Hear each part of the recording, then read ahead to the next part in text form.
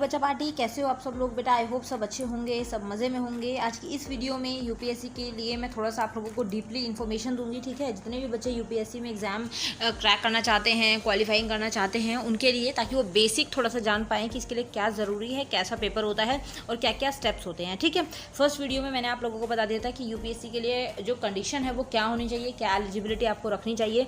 तो अगर आपने वो वीडियो ना देखी हो तो डिस्क्रिप्शन में उसका पार्ट 1 मिल जाएगा, ये पार्ट 2 है, ठीक है।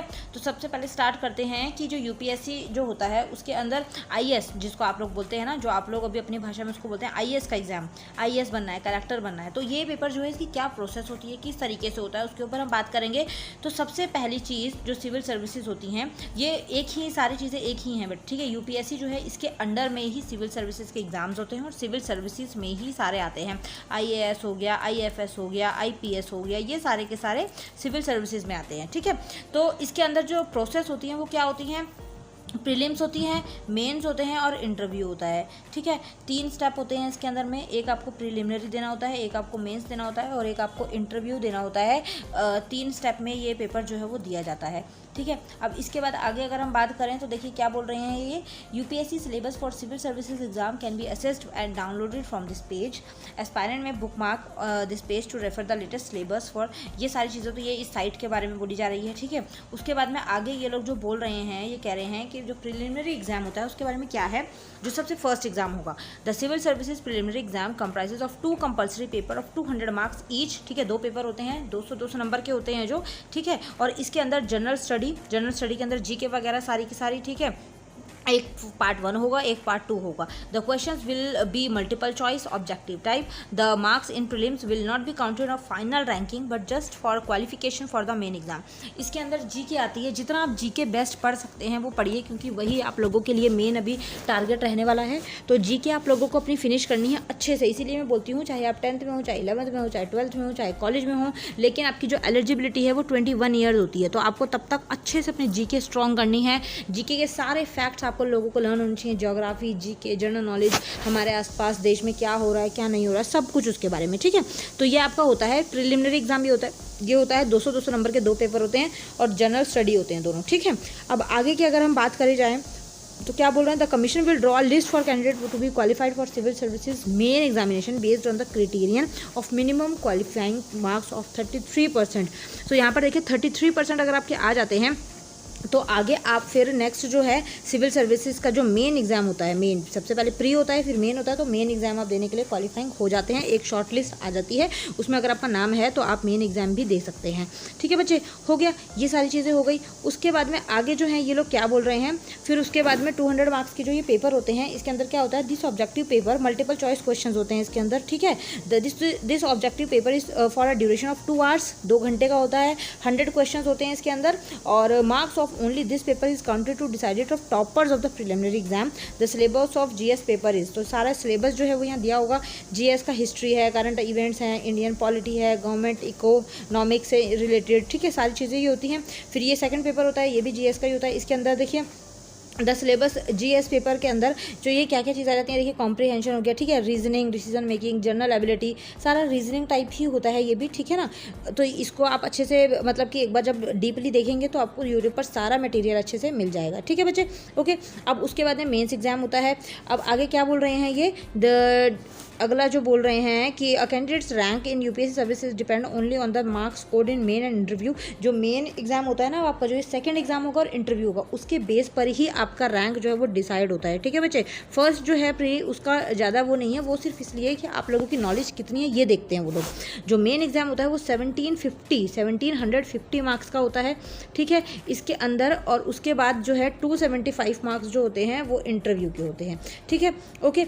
अब आगे जो है अगर चलें हम next, the written examination will consist of following 9 papers. जो मेन एग्जाम है उसमें आपके 9 पेपर्स होंगे उसके अंदर, but only 7 paper will be counted for final merit ranking. For the rest 2 papers the candidate should secure minimum marks prescribed by UPSC each year. तो इसके अंदर बोल रहे हैं 9 में से सिर्फ 7 पेपर ही जो हैं उसी के मार्क्स जो है वो मैटर करते हैं, तो आपको उन्हीं पर ज़्यादा जोर देना है। इसका मतलब, कहने का मतलब यही होगा, ठीक है। तो ये आप डीपली जब आप प्रिपेयर करेंगे तो आप हर चीज़ के बारे में डीपली पढ़िएगा। ये सिर्फ एक ऊपर से मैं बेसिक वीडियो बना रही हूँ ताकि आप लोगों को एक आइडिया हो जाए कि हाँ ये होता है और इतने नंबर का होता है, ठीक है। अब देखिए जो फर्स्ट पेपर होगा, क्या क्या होते हैं, फर्स्ट में ऐसे होता है, ठीक है। 250 मार्क्स का होगा, इसके अंदर वो आपको एक टॉपिक देंगे, आपको उससे ऐसे लिखना है। नेक्स्ट जनरल स्टडी होगा, ये 250 मार्क्स का होगा। टोटल 1750 मार्क्स बोले ना मैंने, तो ये सारा वही है, ठीक है। सेकंड पेपर, फिर उसके बाद में ये सारा लिखा है कि क्या क्या आता है सेकंड पेपर में। उसके बाद थर्ड पेपर जनरल स्टडीज़ हो जाएगा, फिर ये भी 250 मार्क्स का हो जाएगा, ओके। उसके बाद में नेक्स्ट अगर आगे आगे देखें, स्क्रॉल करें, फोर्थ पेपर फिर जनरल स्टडी, फिर 3 जो है 250 मार्क्स, ये भी 250 मार्क्स का हो जाएगा। जनरल स्टडी आप देख सकते हैं बच्चे कितना है, तो इसलिए मैं बोलती हूँ अपनी जीके, जनरल स्टडी, पॉलिटी, ये सारी चीज़ें क्लियर रखो। पेपर 5 जो है फिर से जनरल स्टडीज़ 250 मार्क्स, इसके अंदर भी आप देख सकते हैं सारे आपके एरियाज़ वगैरह, जो आपकी जगह हैं, आपके आसपास के लोकेशन और क्या हो रहा है क्या नहीं हो रहा, सब कुछ वही है इसके अंदर, ठीक है। मेन आपकी नॉलेज क्या करते हैं वो कि कितनी है।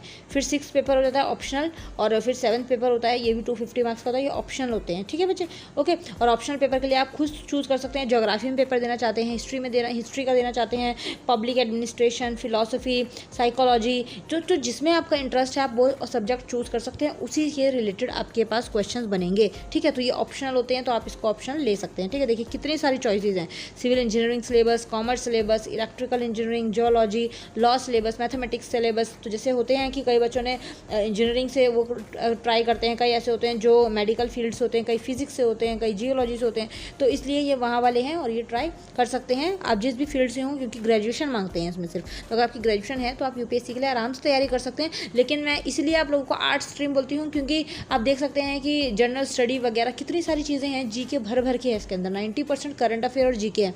तो आपका आर्ट्स है अगर, तो आपकी ये चीज़ें स्ट्रांग होंगी, जीके, करंट अफेयर और फिजिकल, और साथ के साथ ये दूसरी चीज़ ज्योग्राफी, ये सारी चीज़ें, ठीक है बच्चे, ओके। उसके बाद में देखिए non counting for final ranking, फिर नेक्स्ट पेपर जो आ जाते हैं जो ज़रूरी नहीं है वो वाले, ठीक है। 2 पेपर हैं, इनके लिए आपको पढ़ लेना है। फिर उसके बाद लास्ट में देखिए 175 मार्क्स का होता है पर्सनालिटी टेस्ट, जिसको आप बोलते हैं, जो आपने यूट्यूब पर वीडियोज़ भी देखी होंगी, 275 मार्क्स का होता है ये, ठीक है।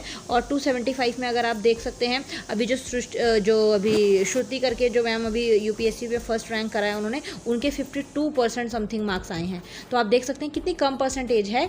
और उसमें इंटरव्यू में उन्होंने शायद 152 समथिंग जो मार्क्स हैं वो लिए हैं, इससे ऊपर आज तक कोई बड़ा नहीं है। इस बार जो है बोल रहे हैं कि कोई भी इससे ऊपर हाईएस्ट मार्क्स नहीं गए हैं, तो वो जो फर्स्ट रैंक है उन्हीं के इतने कम हैं।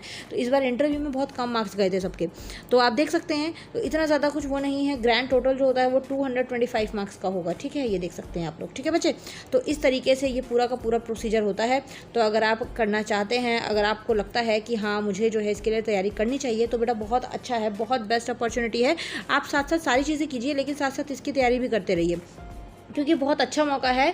जब देखिए जब हम लोग आईएएस बन के निकलते हैं ना बाहर, तो उस टाइम पर फिर जो मोमेंट होता है वो मोमेंट जो है वो इतना मेमोरेबल होता है, हम उस चीज़ को कभी भूल नहीं पाते हैं।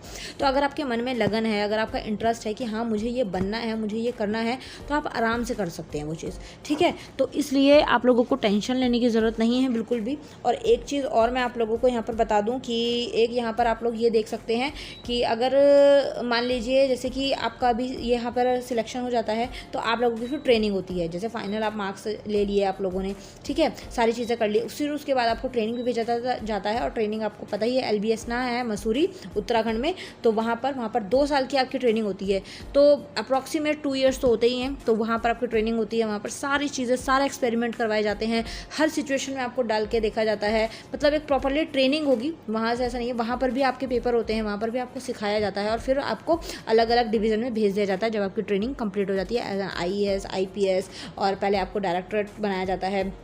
तो धीरे धीरे हर पोस्ट के ऊपर धीरे धीरे भेजा जाता है। पहले नीचे से थोड़ा थोड़ा शुरुआत होती है, ताकि आपको थोड़ा एक्सपीरियंस मिलता रहे, ठीक है। तो इस तरह से सारी प्रोसेस होती है। आईएएस, आईपीएस जो भी आपको करना है तो यूपीएससी के थ्रू ही किया जाता है। तो अगर आप इंटरेस्टेड हैं तो अभी से पढ़ना स्टार्ट कर दीजिए, ठीक है। General knowledge, general study, GK, current affair, geography, इस पर अपनी पकड़ मजबूत करना शुरू कर दीजिए। धीरे धीरे पढ़ना शुरू करो। 21 साल तक की एज हो जाएगी, उसके बाद आप लोग इसमें अप्लाई कर सकते हैं, ठीक है। तो आई होप सारी चीज़ें क्लियर हैं, सब सारे डाउट क्लियर हो गए हैं। कुछ ना समझ आया हो वो मुझसे पूछ सकते हो, ठीक है बच्चों। Thank you so much for watching, bye bye.